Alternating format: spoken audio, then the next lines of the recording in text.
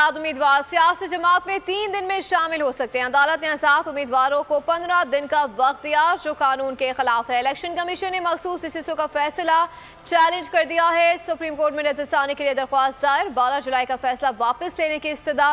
पाकिस्तान मुस्लिम league नून और peoples party ने भी मखसूस इश्यूज़ के फैसले के खिलाफ नजरसानी अपील दायर कर रखी है। सुप्रीम कोर्ट की प्रैक्टिस एंड प्रोसीजर कमेटी ने नजरसानी दरख्वास्त को सितंबर की तातीलात के बाद मुकर्रर करने का फैसला किया है। तो उधर तहरीक इंसाफ ने इलेक्शन तरमीम एक्ट सुप्रीम कोर्ट में चैलेंज कर दिया है। बैरिस्टर गौहर अली खान ने आईनी दरख्वास्त सुप्रीम कोर्ट में दायर की। दरख्वास्त में इलेक्शन तरमीम एक्ट को कलअदम करार देने की इस्तदा की गई। विफाक और इलेक्शन कमीशन को फरीक बनाया गया। दरख्वास्त में मौक़िफ़ इख्तियार किया गया है कि इलेक्शन कमीशन को मखसूस नशिस्तें दूसरी सियासी जमातों को अलॉट करने से फौरी रोका जाए और पाकिस्तान तहरीक इंसाफ को अलॉट करने का हुक्म दिया जाए।